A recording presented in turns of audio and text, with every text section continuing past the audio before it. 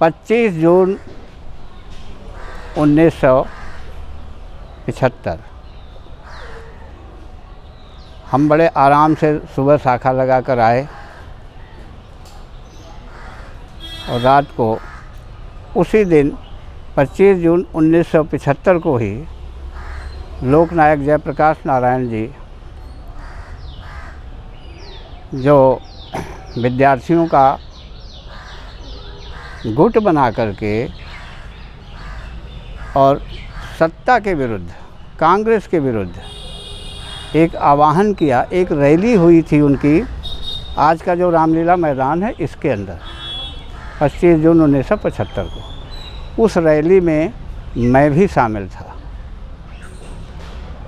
पता नहीं था मुझे कि जयप्रकाश जी आ रहे हैं, उनको जानता नहीं था, उनको देखने की उत्सुकता थी। इस वजह से 11 बजे से ही जाकर वहाँ स्टेज के पास बैठ गया था।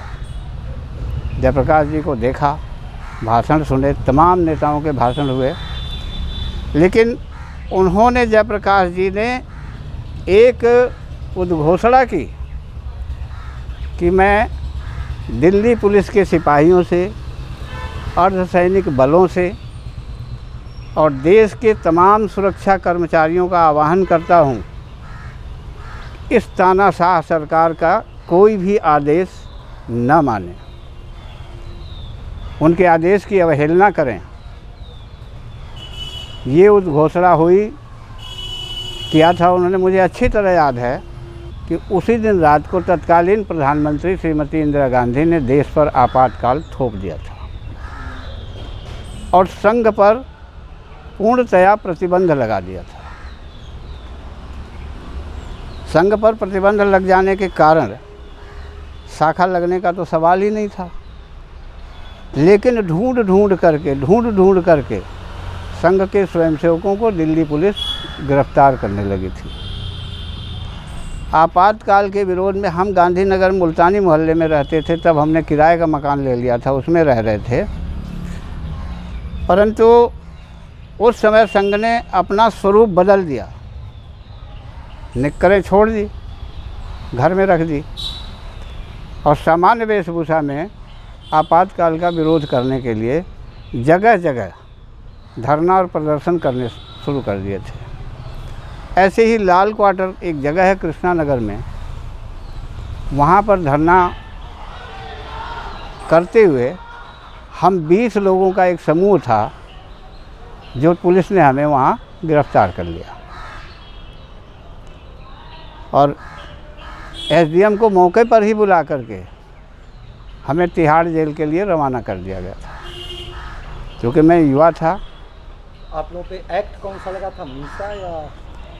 नहीं, अभी तो एक्ट कुछ लगा ही नहीं था। पहला ही दिन, वो 1 हफ्ता हुआ था, प्रदर्शन करना था। प्रदर्शन करते हुए पकड़े गए। पकड़ करके हमें किस जुर्म में तिहाड़ जेल भेजा गया हमें आज नहीं पता है। आपातकाल के बाद पता लगा कि हमें मीसा में बंद किया जा रहा है। लेकिन सौभाग्य से कहिए कि जो पुलिस वाले जो हमारी सुरक्षा में तैनात थे, हमें 4-5-7 घंटे का समय मिल गया था। हम पकड़े तो गए थे सवेरे 10 बजे के, लेकिन 5 बजे तक तिहाड़ नहीं भेजा गया था। जब हमारी रवानगी तिहाड़ के लिए हो गई, इस बीच में पुलिस वालों से हमारी मित्रता हो गई थी। बातचीत करते हुए, हंसी मजाक करते हुए मित्रता हो गई। तो जब तिहाड़ के गेट नंबर 1 पर हमें ले जाया गया, तो हम वहाँ से उतारा गया, चलो भाई। तो हमने उस सिपाही से, जिससे हम ज़्यादा बातचीत घुल मिल से गए थे, तो हमने उससे कहा कि भाई हमें लघु शंका लगी है, हम कहाँ करें। तो मुझे अच्छी तरह याद है, तिहाड़ जेल की बाउंड्री के साथ एक 10 फुट की गली है, ऐसे जा रही थी। बोले जा वहाँ गली के साथ बैठ के कर लो। ये जो हमारी चारदीवारी है ना, इतनी दूरी थी। हम वहाँ गए, पेशाब तो हमें करना नहीं था। हमने इधर देखा, 1-2 बार देखा। जैसे सिपाही की नज़र हमारे से हटी और हम उस पतली गली से सीधे भाग गए। वहाँ से भागते भागते भागते अपने होम डिस्ट्रिक्ट पहुंच गए और वहाँ से फिर हम लोग आपातकाल का विरोध करने के लिए कि कहीं हम यहाँ पकड़े न जाएं, हम यहाँ से उत्तर प्रदेश के गोरखपुर ज़िले से सुनौली बॉर्डर पार करके हम नेपाल चले गए। और वहाँ त्रिभुवन विश्वविद्यालय में समस्तीपुर बिहार की डॉक्टर नीलिमा सिंह थी, वो प्रोफेसर थी हिंदी की वहाँ। उन्होंने भारत से जाने वाले जितने संघ के आपातकाल के प्रताड़ित लोग थे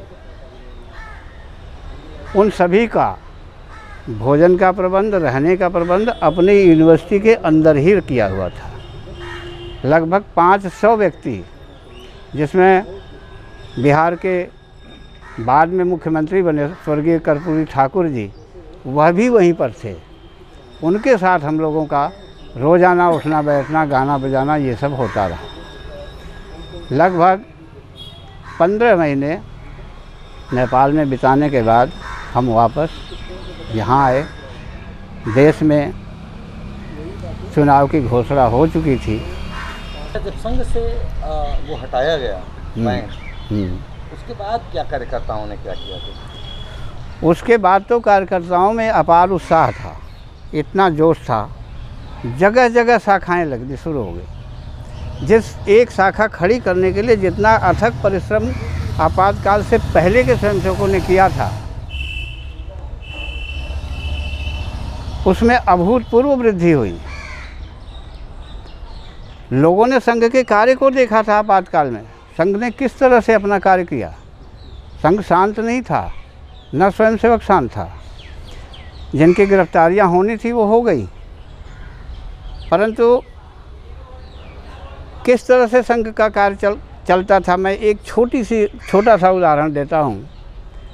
एक पुतला बनाया, अर्थी बनाई, गीता कॉलोनी शमशान घाट में स्वयंसेवक चले गए, सूचनाओं का आदान प्रदान वहाँ हुआ और फिर वहाँ से चले गए महाशाखा।